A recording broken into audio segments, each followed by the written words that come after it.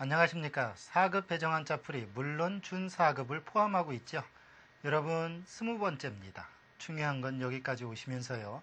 여러분은 여전히 확인학습과 배정한자 풀이를 반복하면서 원리 이해에 초점을 맞추셨을 겁니다. 그러면요. 그 원리 옆에다 앉혀놓고 같이 한번 어떤 글자를 만나면서부터 친구 삼아 같이 이야기해보죠. 물론 옛날 이야기요. 같이 한번 보도록 하겠습니다. 이번 글자는요. 왠지 복잡해 보입니다. 그러나 여러분이 단일행이라는 글자를 이미 배우셨기 때문에 또 알고 있기 때문에 가운데 글자와 분해만 하면 됩니다. 이 가운데 글자도요. 부수 공부에서 다룬 가죽 위라는 가죽 위로 배웠지요. 즉 무슨 이야기냐? 다니면서 어떤 구역의 사방을 돌면서 지킨다는 데서 이게 지킬 위라는 글자예요. 왜 그러냐면 이게 앞발, 이게 뒷발이고 이게 일정한 구역입니다. 그것을 단일행자까지 붙여놨죠. 즉 사거리에 어떤 다니는 길을 오고 앞발을 가고 뒷발을 따라가면서 일정한 구역을 지킨다 해서 지킬 위자가 된다는 얘기죠. 방위, 위생. 위생은 그런 의미에서 여러분 다니면서 살아가기 위한 지켜야 되는 삶을 지키기 위한 가장 기본적인 것이 위생입니다. 그 다음 호위. 이때 이 위는 지킬 위자라는 얘기예요. 그런 의미로요. 이때 이 위는 다른 가죽이라는 뜻도 있지만 앞발과 뒷발 사이에서 중간 어떤 일정한 구역을 다닌다는 것, 이런 의미로도 쓰인다는 것을 안다면 이 글자 이해하는데 그렇게 어렵지만은 않을 겁니다. 그러면요. 또 다른 글자 한번 보도록 할까요? 이번 글자는요. 여러분들한테 할위라는 글자인데 왠지 모양새가 좀 이상합니다. 그러나 이 모양새 속에는 코끼리가 숨어 있습니다. 같이 한번 볼까요? 이렇게 생겼거든요. 처음에 이런 글자로 만들어졌습니다. 손톱, 즉 손으로 코끼리의 코를 어루만져주고 있는 모양이에요. 즉 이게 손이고요. 여 아위에 코끼리 코가 있다가 모양에다가 다리라는 이야기죠. 즉 손으로 코끼리의 어떠한 코끼리를 길들인다는 데서 이것은 인위적으로 무엇을 하다라는 뜻으로 할위자입니다. 그것도요. 인위적으로 하는 거예요. 영위하다, 위정자, 무위도식, 즉 하는 거 없이 반만 축내는 것을 무위도식이라고 합니다. 이때 도는 무리도 또는 한갓도 또는 축내다, 사라지게 하다라는 뜻의 도라는 거죠. 즉 하는 일 없이 반만 축낸다 이런 뜻의 한자성어가 무위도식입니다. 이처럼요. 할위자 있다는 것 잊지 마십시오. 할위는요 인위적으로 하는 겁니다. 그러면 또 다른 글자 한번 보도록 할까요? 이번 글자는요 위험할 위, 위태로울 위자입니다. 어떻게 위태로운지 같이 한번 보도록 하죠. 이 위에 이것은 사람인의 변형입니다. 그래놓고 이것은 낭떠러지라는 걸 여러분이 배웠죠. 그래놓고 이것은 병부요. 무릎 마디절입니다. 무릎을 꿇고 있는 모양이죠. 즉 무슨 이야기예요? 사람이 갈라진 언덕의 위에 꿇어 앉아 가지고서 있다는 데서 언덕 위에 있든 밑에 있든 이 언덕이 갈라져 있어요. 그러니까 얼마나 위태롭겠습니까? 그래서 위태로울 위자예요. 위기, 위급, 안위, 안전함과 위태로운 말은 위태롭다는 건 반대말이죠. 이처럼 이 위자 자체가요. 왠지 무릎을 꿇고서 불안한 낭떠러지 옆에 있다는 것. 이것만 아시면 위태롭다라고 할 때 이 위자가 상당히 자연에서 만들어졌다는 걸 이해하게 됩니다. 상당히 한자는요. 자연과 관계가 밀접하죠. 여러분 이것이 한자입니다. 그러면 또 다른 글자 한번 보도록 하죠. 이번 글자는 맡기다 라는 뜻입니다. 계집녀가 들어갔으니까 왠지 순종하듯이 맡기겠죠. 같이 볼까요? 벼화 옆에 밑에 계집녀죠. 무슨 이야기입니까? 익은 벼처럼 순종적인 여자라는 데서 처음엔 순종하다라는 뜻이었고요. 순종하는 사람들은 그 자기의 어떠한 생각이나 돈 같은 걸 맡기죠. 그래서 이게 맡기로 있자예요. 위원, 위탁, 위임장, 즉 맡겨서 부탁하는 문서를 만들어주는 게 위임장이에요. 이때 이것을 모양상이라고도 하고 문서장이라고도 하죠. 의미 두 개인 것은 시험에 꼭 나니까 여러분들 밑줄 쫙 치시기 바랍니다. 이때 중요한 거는요. 익은 벼처럼 또는 여자의 순종적인 모습처럼 무언가 일을 맡긴다라는 뜻의 맡길 위는 조금 더 처음에는 순종하는 모습을 본땄다는 것. 벼이삭이 고개 숙인 것처럼 또 여자가 순종하는 것처럼 말이죠. 제가 지금 여자가 순종한다 그러니까 저기 있는 여학생 불끈 주목을 줍니다. 여자만 순종하느냐? 남자도 순종해야 된다 이러죠. 남자는 여자에게 평생 순종합니다. 어떤 아버지가 그랬답니다. 딸을 놓고서 남자는 말이야, 사람으로 치면 머리야 머리. 그러니까 옆에 있던 엄마가 그 딸을 조용히 불러내면서 하는 말이 있습니다. 얘야, 남자는 머리 맞다. 하지만 여자는 목이란다. 목이 돌리는 대로 머리는 돌아간단다 그러더랍니다. 얼마나 지혜로운 표현입니까? 저 학생, 저 여학생 이제 웃는군요. 네, 그것이 한자 속에 숨어있는 여유로운 배려이고 안배이자 재치입니다. 그러면 또 다른 글자 한번 보도록 하죠. 이번 글자는요. 위엄 위자입니다. 과연 어떻게 만들었는지 같이 보도록 하죠. 이 안에도 계집녀가 들어갔어요. 즉 무슨 이야기냐. 이게 도끼월이라는 글자인데 도끼월을 이렇게 변형시켜 놓고 그 안에 계집녀를 넣어놨습니다. 무슨 이야기냐. 옛날에 여자 앞에서 큰 도끼를 들고서 위협한다는 데서 위엄이라는 글자가 생겼고 그것을 위라고 하자 해서 위엄 위자입니다. 그러니까 도끼를 든 남자가 여자 앞에서 떠는 위협의 위엄. 참 꼴불견이죠. 중요한 건 힘을 앞세운 위엄을 위를 쓴다는 거예요. 그런 의미에서 위엄, 위용, 위풍당당할 때 이 위는 위엄위라는 글자입니다. 중요한 거는요. 무엇라고요? 그렇죠. 도끼월의 변형이 그 안에 숨어 있다는 거죠. 그것이 이 글자의 핵심입니다. 그러면 또 다른 글자 보도록 하죠. 이번 글자는 위로할 위자예요. 위로해준다. 누군가가 마음으로 위로하겠죠. 같이 보도록 하죠. 이렇게 마음심이 있고요. 그 안에 이 벼슬 위라고도 하고 또 편안할 위라고도 하는 글자가 있습니다. 즉 마음을 편안하게 해주는 것, 그것은 위로하는 거다 해서 위로할 위자예요. 사실 이게 벼슬을 주어서 사람을 편안하게 살게 한다 해서 벼슬 이름 위 또는 편안할 위자예요. 마음을 편안하게 해주는 것은 위로해준다. 예나 지금이나 일치하는 생각이죠. 위로, 위문, 위안할 때 이 위는 전부 다 편안한 마음입니다. 그것이 위로예요.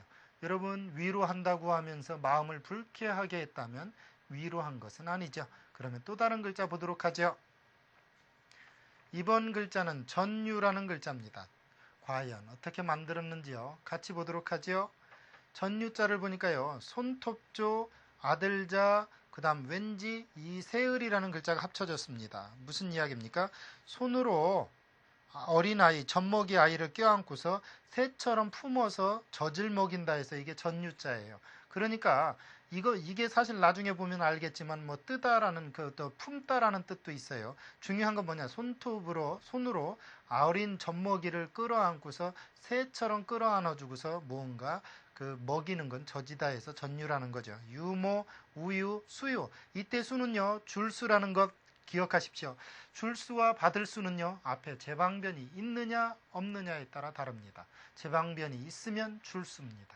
그러면 또 다른 글자 보도록 하죠. 이번 글자는 선비유라는 글자죠. 선비유. 원래 선비는요. 선비유라는 글자는 선비라는 뜻이 아니었습니다. 어떤 자였냐고요? 같이 보도록 하죠. 사람 중에서요.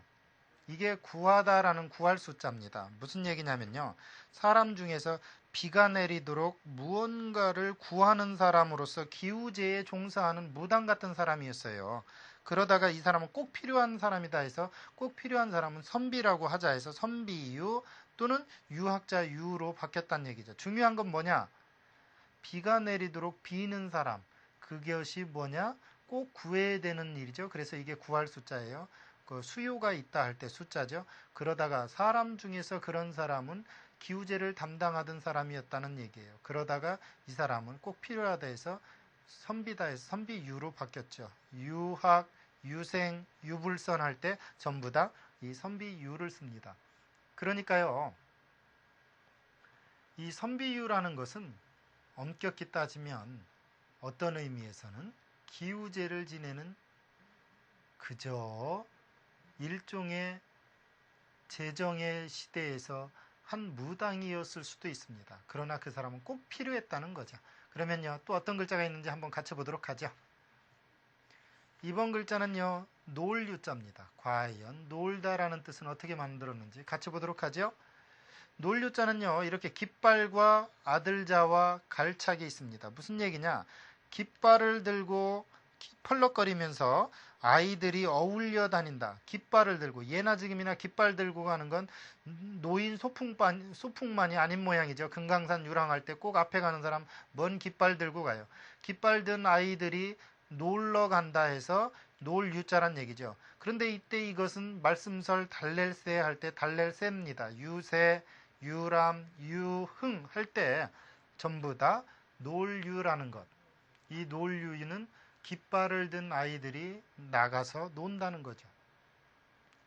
그런 의미에서요, 노는 사람들은 꼭 깃발 들어야 되느냐, 그런 의미는 아니죠. 뭔가 좀 흥이 나서 논다는 얘기예요. 그러면 또 다른 글자 한번 보도록 하죠.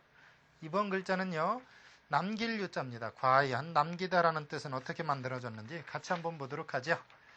귀할 귀 옆 밑에 갈착자입니다. 즉 귀중한 물건을 잃어버리고 간다는 데서 남기다 해서 남길 유자예요. 유물, 유산, 유언. 남기다, 귀한 것을 두고서 간다. 사람은 죽을 때 모든 걸 다 남기고 가죠. 그러나 가장 중요한 걸 남깁니다. 그 사람의 평판을 남기죠.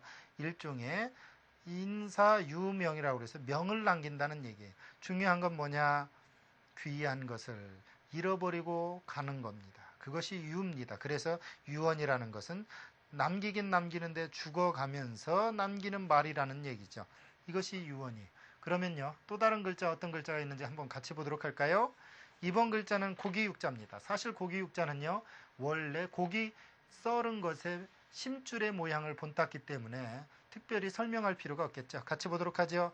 이렇게 고기를 썰은 것에 그 안에 심줄 모양을 본따서 고기육자입니다.